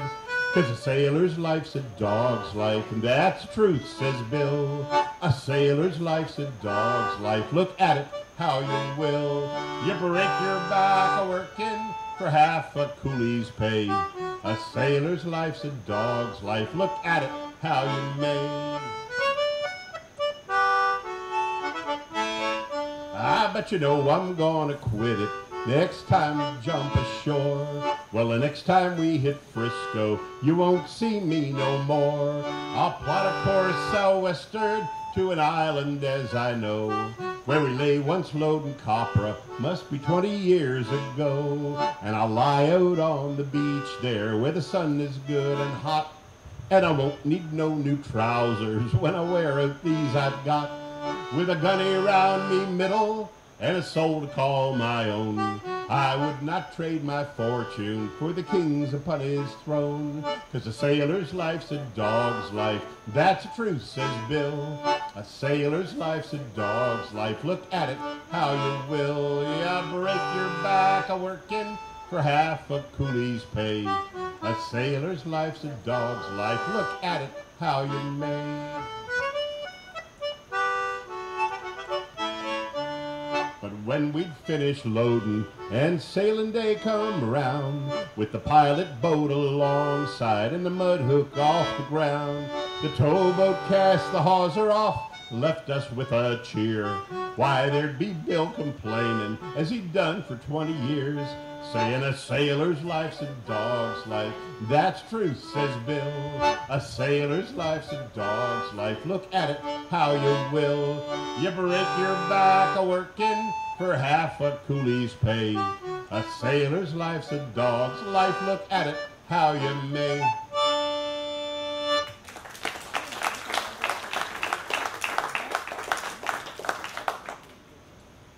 Well, sailors do love to complain about their lot, you know, and then they just keep doing what they're doing because they do it oh so well. This is a guitar, a rare instrument in my show here, but one I love to play nonetheless.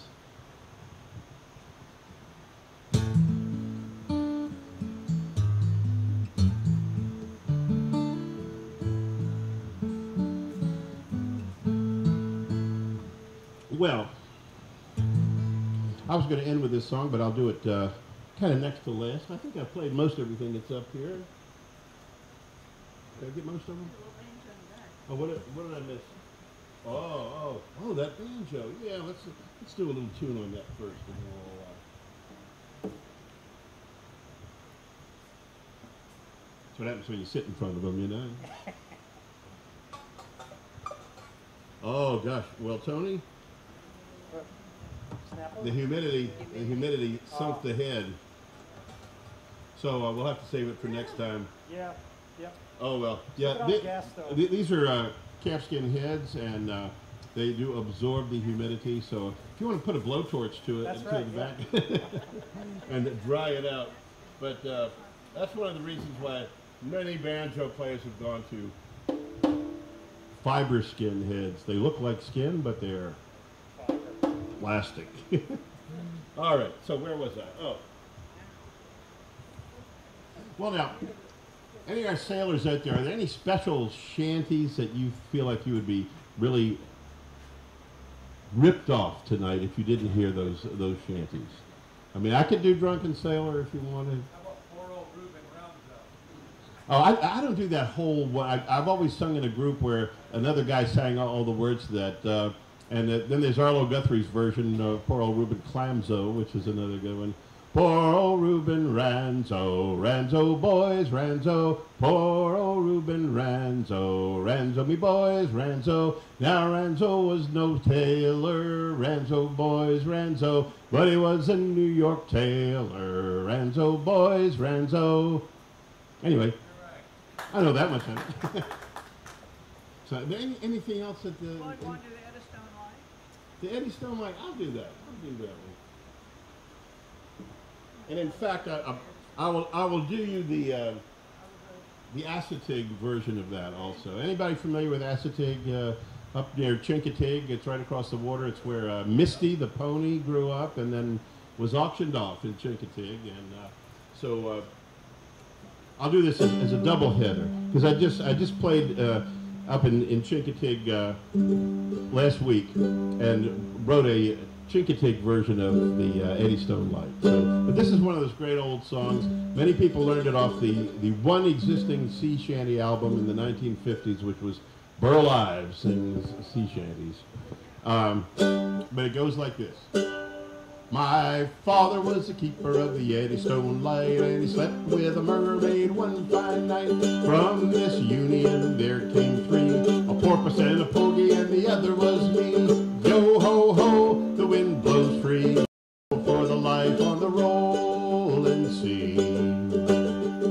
Now one night when I was a-trimmin' of the glim and singing a verse from the evening hymn, a voice from starboard shouted ahoy, and there was me mother a-sitting on a buoy.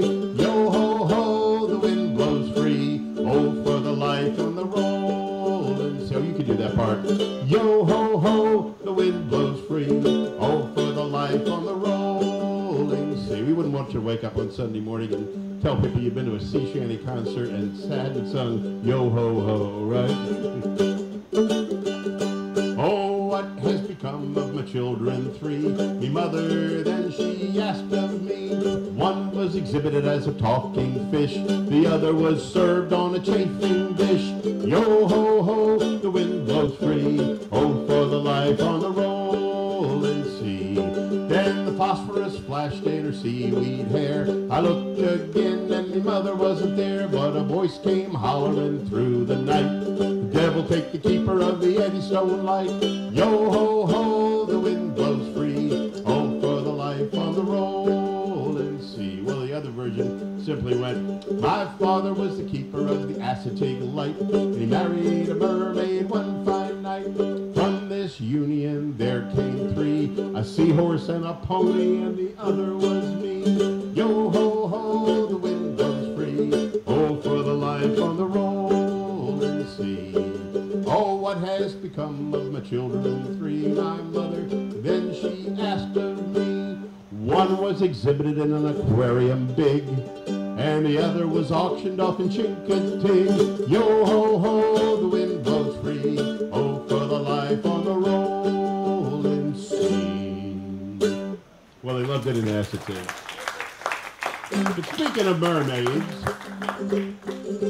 when I was a lad in a fishing town, my father said to me, you can spend your life, your jolly life, just a-sailing on the sea. You can search the world for pretty girls till your eyes are weak and dim. Oh, but don't go swimming with a mermaid, son, if you don't know how to swim. 'Cause her hair is green as seaweed, and her skin is smooth and pale. And I tell you now, right from the start, you may love that gal with all your heart, but you're only gonna love the upper part. You will not like that tail. So I signed on board of a whaling ship, and my very first day at sea, well, I spied this mermaid in the waves, just a-reaching out for me. Come live with me in the sea, said she, down on the ocean's floor, and I'll show you a million wondrous sights you've never seen before. So over I jumped and she dragged me down to her seaweed bed, and a pillow made of a tortoise shell she placed beneath my head. Well, she fed me shrimp and caviar upon a silver dish. From her head to her waist she was just my taste, but the rest of her was a fish. So her hair was green as seaweed, and her skin was smooth and pale. And I tell you now, right from the start, I love that gal with all my heart, but I only love the upper part. I couldn't relate to that tale. And then one day she swam away, and I moaned to the clams and whales how I missed her fins, her shining skin, and her shining scale.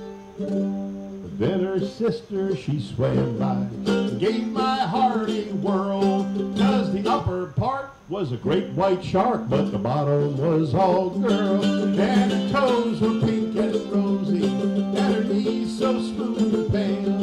And I tell you now right from the start that I love that gal with all my heart, and I didn't give a dang about the upper part, and that's how I end my tale. Written by Shel Silverstein, the guy who gave us Where the Sidewalk Is, and songs like A Boy Named Sue. Shel was a great, great songwriter. And the head shanty man on Hugh Hefner's yacht. So, all right.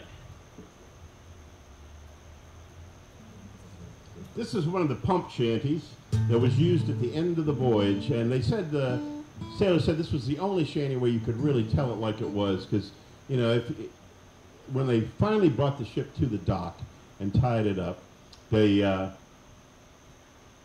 last job they had to do before they came ashore and got their pay, and then went out and recycled it back into the community as quickly as possible, was to pump out the bottom of the ship, pump out the bilges where the effluvia of the voyage had accumulated. And so this is a great closing shanty, and I'll go ahead and finish up with this one. And it's called Lever Johnny Lever, which is your part in the song. And thanks for coming tonight, because I'd already heard all these songs before, but they always take on a new sort of life when you sing them for folks who maybe haven't sung them at least in a while.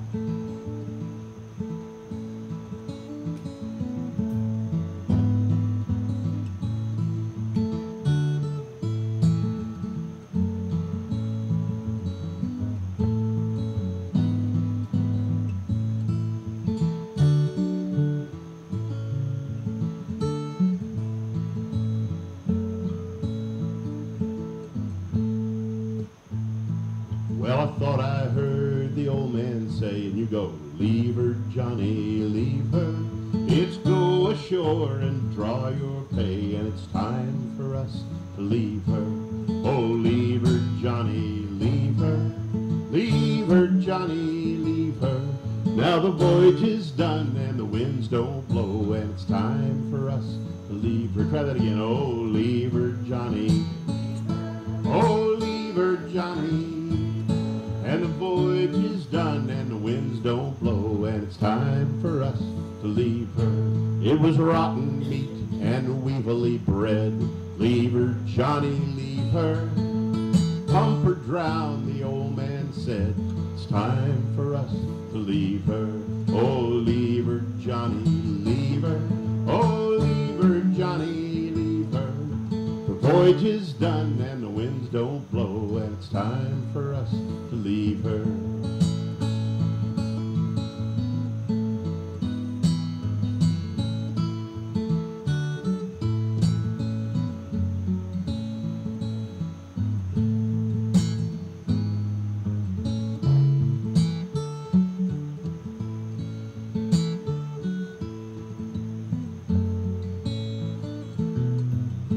Well, I thought I heard the first mate say, leave her, Johnny, leave her.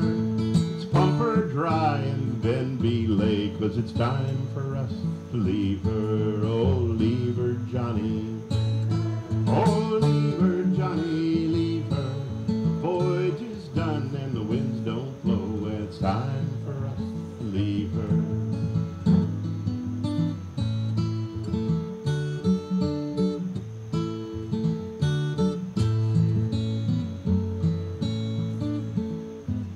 C. Fox Smith, that favorite poet of mine from England, wrote a version of this song. This song was known by all the deep water sailors, and by the time the First World War came along, and warfare had changed a whole lot since the days of Horatio Hornblower and Jack Aubrey and Admiral Nelson,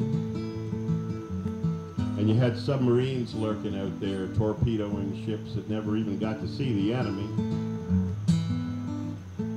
And so she kind of reimagined this song in a different context. And these guys are pumping to save their ship. Might be a merchant ship, might be a naval ship, but it's been torpedoed and it's sinking, and they're just trying to keep her afloat. But these sailors grew up in the age of sail, and so consequently, they knew this song, and it was a good lifesaver to keep singing something while you were doing this backbreaking work. It says, 100 miles from the long ship's light, leave her, Johnny, leave her. She's blowing up for a dirty night, and it's time for us to leave her. Oh, leave her, Johnny, leave her. Leave her, Johnny, leave her. Now the voyage is done and the winds don't blow, and it's time for us to leave her. Same chorus. Oh, leave her, Johnny, leave her. The voyage is done and the winds don't blow, and it's time for us to leave her. She's smashed above and stove below. Leave her, Johnny, leave her. There's nothing to do but to roll and go, and it's time for us to leave her. Oh, leave her, Johnny. Oh, leave her, Johnny, leave her. Now the voyage is done and the winds don't blow, and it's time for us to leave her.